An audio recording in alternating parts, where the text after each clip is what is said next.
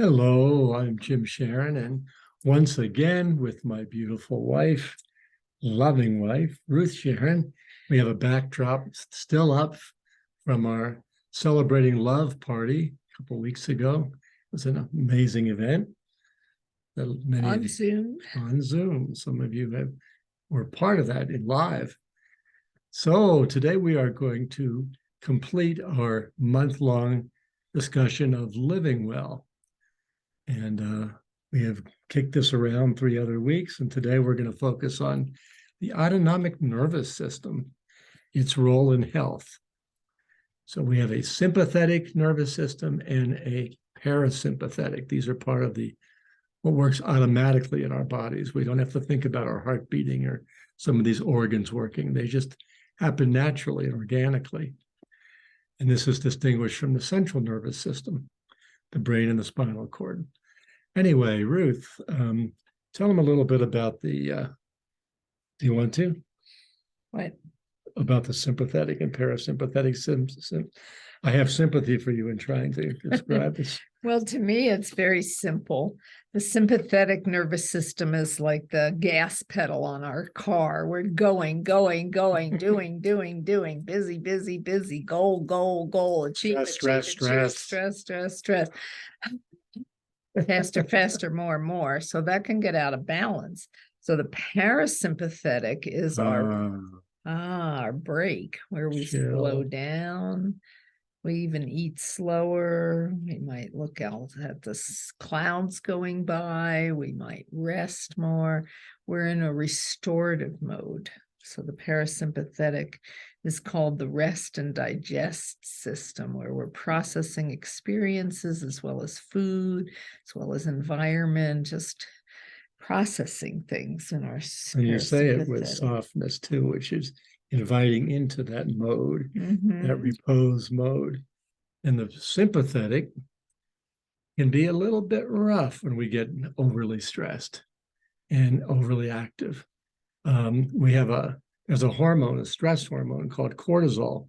This is one of the most implicated ones in health issues. When you get overactive and the sympathetic nervous system is on high drive, this stress hormone, which is produced actually in the adrenals in the kidney, it's a steroid, that starts to run rampant, and it can wreak havoc with our bodies. Like adrenaline, that adrenaline rush, fight or flight, gotta conquer the monster, gotta hide from the monster. Yeah, it's a very monster conquers us back. Reactive system. Yeah, if we're in overdrive. And then it's really, I'm not going to list all the medical health issues that can go with this, and it's kind of alarming anyway. But just take note, that if you are one of those people that are type A, always in action, can't stop because you have to be productive all the time, you're probably overdoing that sympathetic part of your nervous system. Yeah, and you might feel burned out. You might feel tired, cranky, irritable, sharp, difficult to be around, just impatient, angry, rageful, temper tantrums, brusque statements because you're in a hurry and you gotta so irritated.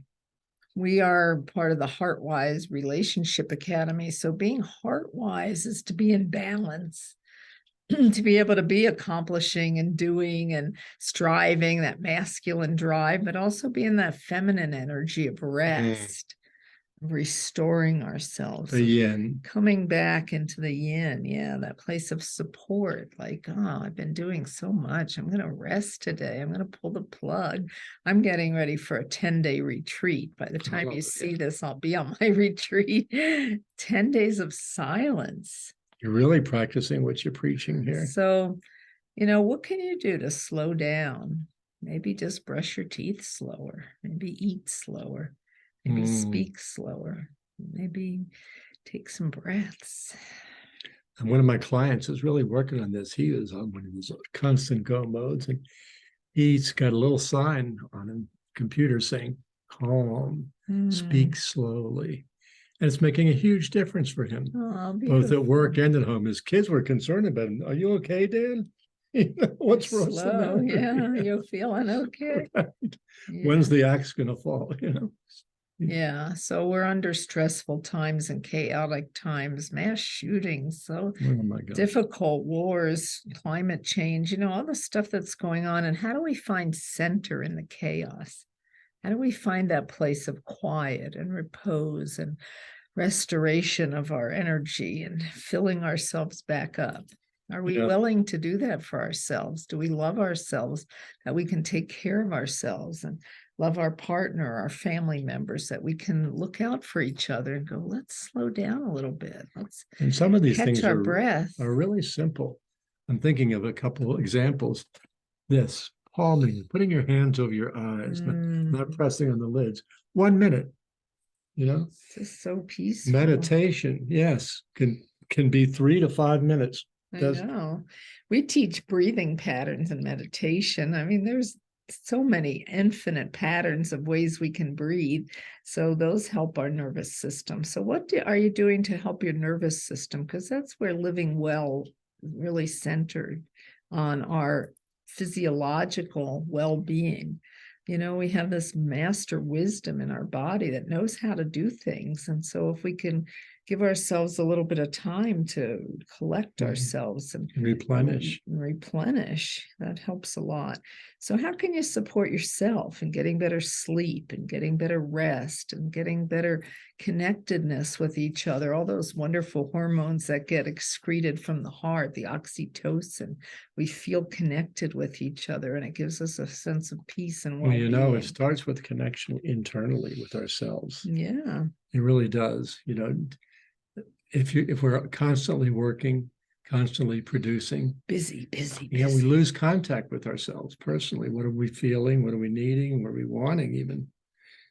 And so to restore that and then come to the other person with your own will full. So we don't have two leaky buckets, right? Trying to pour water into one another. Yeah, it's a great metaphor.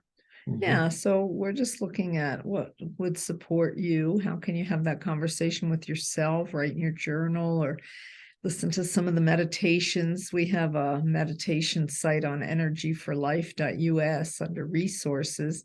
I've recorded a lot of meditations in there, and Jim has recorded some. And I also have a micro course on meditation for couples. Yes.